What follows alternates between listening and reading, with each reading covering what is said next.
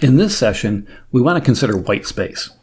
So I'm going to bring up my grammar that we've been working on, and we ended up last time with this production. Okay? And it's getting pretty long as we add more and more terminal symbols into the line.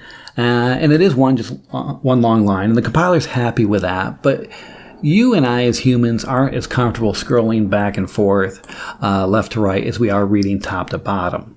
So we can break this up by adding whitespace into the mix. And I'll define that in a moment. Actually, I'll look up the definition in a moment.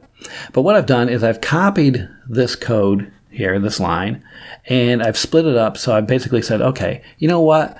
After the A1, and actually after the curly brace, I'm going to put a new line there and indent. Now, I know some people get really squirrely about whether that curly brace is on this line or the next line. I say get over yourselves. It's a style thing. I don't like wasting a whole blank line on that. It's considered the C style versus the Java style, but again, I'm not going to go into all that. What I do is, wherever there's a curly brace, though, an opening curly brace usually indicates a block of some sort. So I will use that as a reference point. Say, you know what, if I have an opening curly brace, that's going to start a new block. And so I'm going to put it on a new line, but I'm also going to indent. Then, whenever I come to a closing curly brace, I'm going to say, oh, that goes on a new line. And I'm going to backspace over there. I'm going to line it up with the line that starts the opening curly brace. Okay. And so this closing curly brace will go on the next line, and that'll line up with the line for this opening curly brace. And so I can easily see visually then that everything between these curly braces is the definition for this class named A1. And everything between these curly braces is the definition of the method named void, the method named main. Then I will also put statements on new lines. Don't have to, because that semicolon is a statement terminator. It's like the period at the end of a sentence. But I will generally put one statement per line. And so then you can see that's pretty much what I have down here. The spaces are not necessary. I will take those out. I had them in there from the grammar because it showed us they were individual tokens, individual terminal symbols. But again, I think it's a little more readable without them. I will save certain spaces in places like around parameters and things because I think it makes it more readable. And that's the key to this whole thing. When it comes to whitespace, again, the compiler doesn't care. In fact, the compiler's never even going to know. As we're going to see in a moment. So it's purely for humans, and so it's purely to make it more readable. Okay. As I was just saying then, the compiler is never going to know and never going to see it. And that's because the comments are removed before the compiler ever sees it. So in the lexical analysis, and let me jump to the Java language specification in clause 2.2. So got a documentation over here in the language specification. I'll go back to the beginning and say, okay, clause 2 is on the grammar. And we see this idea of context-free grammars. It's a dream. And then we see the lexical grammar. So this idea that the first thing that happens is the symbols are broken up into tokens. They're grouped together, much like we group together words, letters into words in English sentences kind of thing. And it's only after the lexical analysis that the syntactic grammar takes place. So the lexical analysis forms the groups of symbols, tokens, and then the syntactic analysis says, oh, is this a valid pattern? Is this a valid production of the symbols? Okay, so lexical structure, we've talked about the fact it's Unicode characters that make it up. Symbol inputs. These input elements, okay, so Unicode characters defines a set of productions starting from the goal symbol of input for lexical analysis, creates these tokens, and these input elements with whitespace and comments discarded form the terminal symbols for the syntactic grammar of the Java programming language and are called tokens. And then down here, that forms the syntactic grammar. The syntactic grammar for Java is given in chapters 4, 6 through 10, and 14.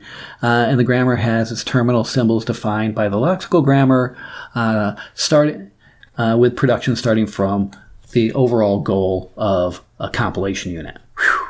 Okay, you can sort all that out and look here, but I'm going to come back here and say Whitespace, given in clause 3.6, is what we would call the space character and tab characters and even a form feed character that isn't used much at all these days. But spaces and tabs are considered whitespace. Okay. Then additionally, while we're here, comments, because that was the other thing. We said with whitespace and comments discarded before the compiler ever sees it. So comments come in two varieties. We can use the /* to start a comment and * / to end the comment, and so that anything between there is ignored by the compiler, including the slashes and asterisks, and anything between there, including line feeds. So basically, you can have as many lines as you want between there. The slash and the star can start anywhere on a line and end anywhere on a line, as many lines you want in between there. And then two / invoke an end-of-line comment. So from wherever they appear, whether they're first character or some number of characters on into the line, from that point to the end of that line, the end of that physical line, logical line, it might wrap around, is going to be ignored by the compiler. Okay, so whitespace, and then I just called out that since we don't have all of our production rules here, that this line with class A1 opening curly brace is from the normal class declaration in the JLS clause 8.1. I'll just do that one quickly, I suppose, here and say that, okay, clause 8 is on classes and 8.1 is class declarations. So here are the rules for that. And then this line, which is a method invocation and begins with a method header, is in clause 8.4. The method invocation that we did is described in more detail in clause 15.12. And finally, then, our local variable Randy and our class instance of the random class are described in these clauses 14.4 and 15.9. Okay. I'll have to say then that if I were to take this code and copy this, come over to my a1.java file and paste it in there, I will save it. And then I will come over here and I'll do an ls. I've got a class hanging around, so it's not a bad idea to say, hey, let's remove anything that ends in .class. Okay, that's gone. Then I can invoke my Java compiler on the .java file. It compiles it, creates the class, and then I can invoke the runtime system on it, and I see hello world printed. Again, I haven't seen any results of Randy yet, but I didn't say to display anything for that. We'll do that next time. But you can rest assured that memory was allocated.